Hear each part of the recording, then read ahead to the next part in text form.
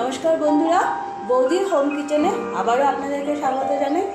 আজকের একটা নতুন রেসিপি নিয়ে এসেছি আপনাদের সাথে শেয়ার করব বলে। এটা হচ্ছে পুঁই পাতা। পুঁই ডাঁটার মধ্যে যে পাতাটা হয় সেই পাতাগুলো আমি একটা একটা করে আলগা করে নিয়েছি।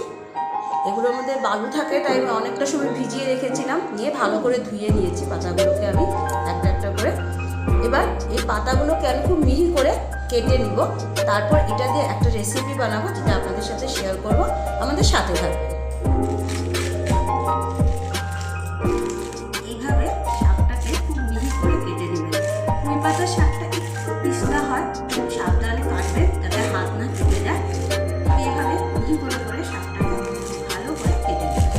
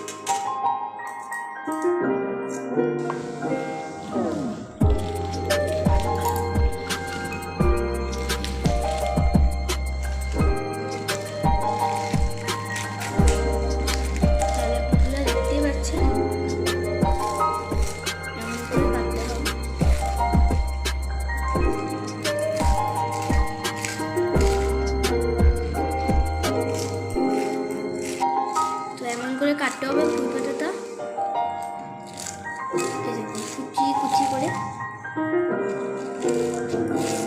আমি আগেই বলেছিলাম তো পিছলার পুঁই পাতাগুলো, তাই জন্য তার মধ্যে পুঁই পাতার মধ্যে খুব বালু থাকে, তো আগের থেকে ভিজিয়ে রেখেছিলাম, তাই জন্য আরও পিছলাম।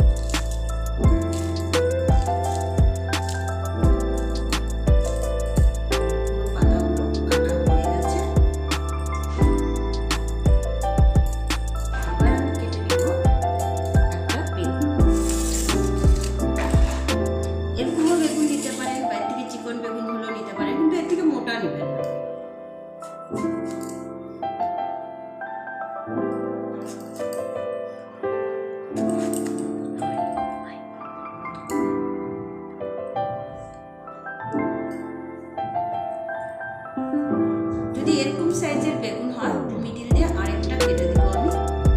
আর যদি চিকনগুলো হয়, সেগুলোকে মিডিল দিয়ে কাটতে হবে না। এইভাবে ছোট ছোট পাতলা পাতলা করে পিস করে বেগুনগুলোকে আমি কেটে দেবো।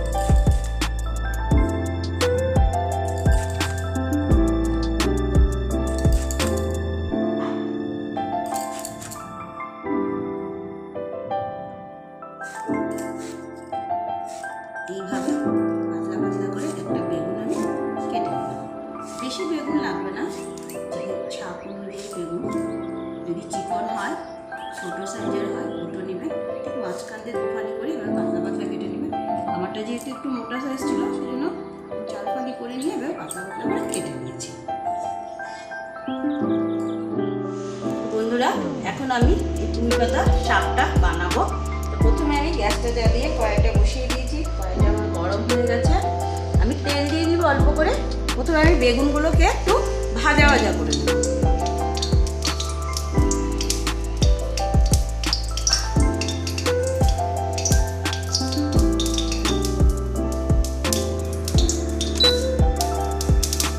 বেগুনটা ভাজা করার জন্য তেলটা একটু ভালো গরম হতে হবে।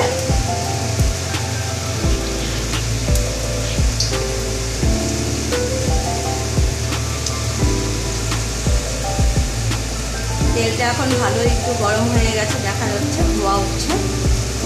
এবার আমি বেগুনগুলো দিয়ে দিই।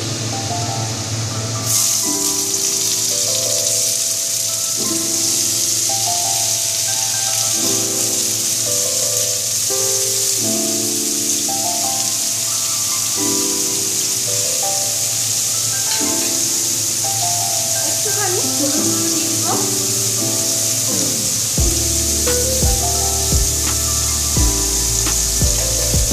অল্প লবণ দিব, কেননা আমি শাকের মধ্যে আবার লবণ দিব, তা বেগুনে লবণ বেশি হয়ে গেলে সেটা তখন লবণ হয়ে যাবে বেশি। অল্প একটু লবণ দেবো, জাস্ট আমি বেগুনগুলোকে একটু ভাজা করার জন্য। স্টিমটা আমি ফুল রাখবো, মানে বেগুনগুলো ভাজা হতে হবে ভালো করে। যেহেতু পাতলা পাতলা করে কেটেছি, তাই এখন ঢাকা দেওয়ার প্রয়োজন নেই। দেখুন এইরকম ভাজা হওয়ার পরে বেগুনগুলোকে আমি তুলে নিচ্ছি।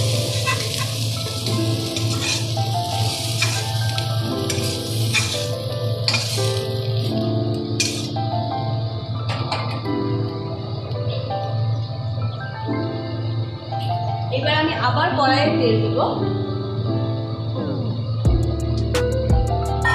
তেলটা আমি বেশি পরিমাণে দিব না, কেননা পাতাটা দেওয়ার পরে পাতার থেকে জল ছাড়বে, তাই আমি অল্প পরিমাণে প্রথমে তেল দেবো। এবার আমি এর মধ্যে দিয়ে দিব আমি 5 টুকরো রসুন পেস্ট করে নিয়েছি, সেটা দিয়ে দিব। আর দিয়ে দিব একটা ছোট সাইজের পেঁয়াজ।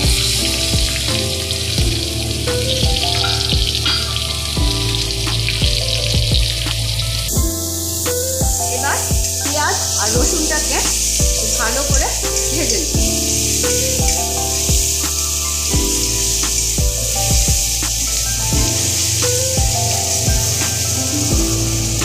একটা ছোট সাইজের পেঁয়াজ দিলে হয়ে যাবে, বেশি লাগবে না।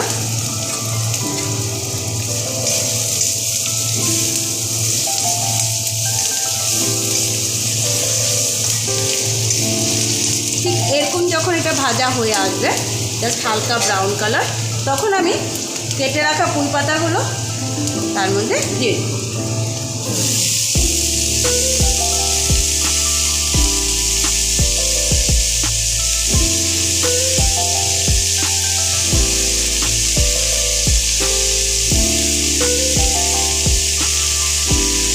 আর দিয়ে দেব কাঁচা লঙ্কা। আমি এখানে 4টে কাঁচা লঙ্কা দিচ্ছি। তার সাথে একটা এগুলো বড় যে কাঁচা লঙ্কা হয়, এগুলোকে কী মনে বলে, বোম্বে মরিচ বলে আই থিঙ্ক, সেগুলো অর্ধেকটা দিচ্ছি, কারণ এগুলো ঝাল হয়। আমি গুঁড়ো লঙ্কা ইউজ করবো না এর মধ্যে। লবণও আমি এখন দিব না, কেননা পাতাটাকে মুছতে দিতে হবে। এখন যদি আমি লবণ দিয়ে দিই তাহলে লবণটা হয়তো বেশি হয়ে যেতে পারে, কারণ পাতাটা মজে কমে যাবে। ভালো করে পেঁয়াজের সাথে কাঁচা লঙ্কার সাথে পাতাটাকে ভালো করে মিক্স করে একটু ঢাকা দিয়ে দিব। আর গ্যাসের স্টিমটা বেশি হাইও না, একদম লো না, মিডিয়ামে রাখবো।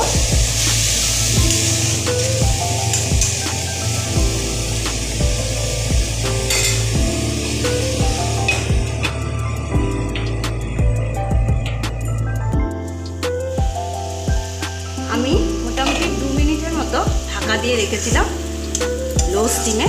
দেখুন এটা মজে এসছে, কাঁচা লঙ্কাগুলো মজে মজে গেছে। এবার আমি এতে মশলা অ্যাড করবো। মশলা তেমন কিছুই না, যেহেতু আমি কাঁচা লঙ্কা দিয়ে দিয়েছি, গুঁড়ো লঙ্কা দিব না। আমি অ্যাড করবো লবণ। লবণটা অবশ্যই নিজেদের স্বাদ অনুযায়ী, কারণ অনেকে বেশি খান অনেকে কম। বেগুন ভাজাতে অল্প একটু লবণ দিয়েছিলাম, শাকটা আরও মজে যাবে। আমি ঠিক এতটুকু লবণ, 1 চামচ, কম 1 চামচ আমি লবণ দিচ্ছি, এর বেশি আমি দিব না। আর আমি দিব এর মধ্যে হলুদ গুঁড়ো।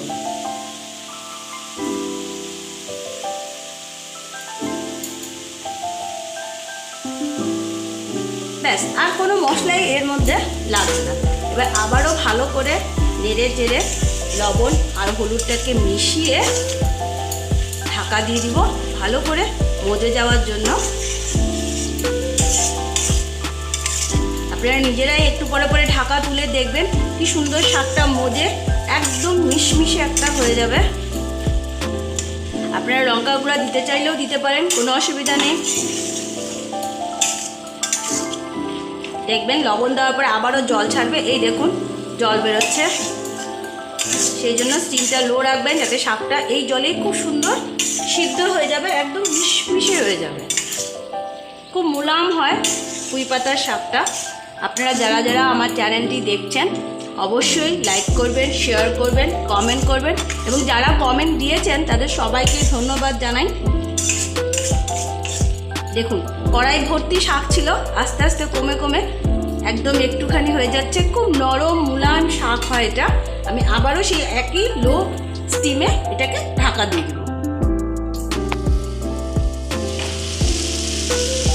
দেখুন যত সময় যাবে শাকটা মজে মজে ঠিক এইরকম হয়ে যাবে। এবার ভালো করে খুন্তি দিয়ে একে চেপে চেপে মিশিয়ে দিই। এখন আমি ভেজে রাখা বেগুনটা, যেটা আগে ভেজে রেখেছিলাম, সেটাও এর মধ্যে দিয়ে দিই।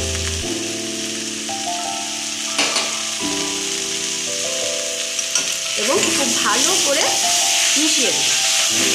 এবার চাইলে আপনারা গ্যাসের স্টিমটা ফুল করে দিতে পারেন।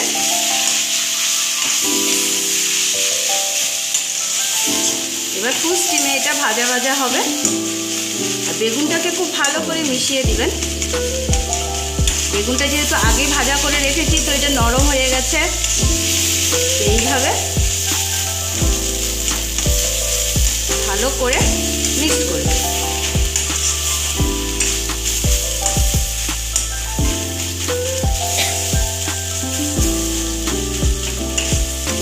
তেমন কিছুই মশলা এর মধ্যে লাগছে না, জাস্ট কাঁচা লঙ্কা, হলুদ, একটু লবণ আন্দাজ মতো। যদি আপনারা গুঁড়া লঙ্কা দিতে চান দিতে পারেন, কোনো অসুবিধা নেই। আর ছোট একটা পেঁয়াজ কুচি আর 4 থেকে 5 কোয়া রসুন সম্বাসে দিয়ে দেবেন। একবার বাড়িতে বানিয়ে খেয়ে দেখবেন, খুব ভালো লাগে খেতে।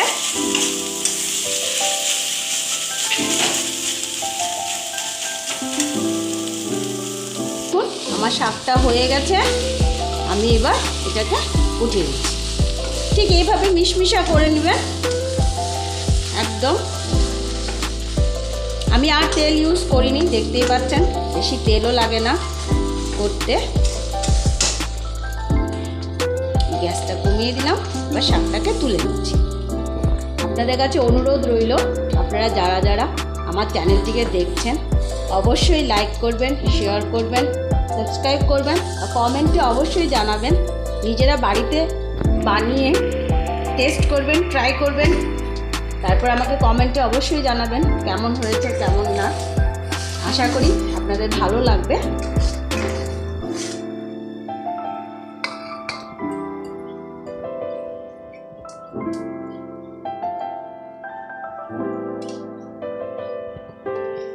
রেডি পুঁই পাতার শাক।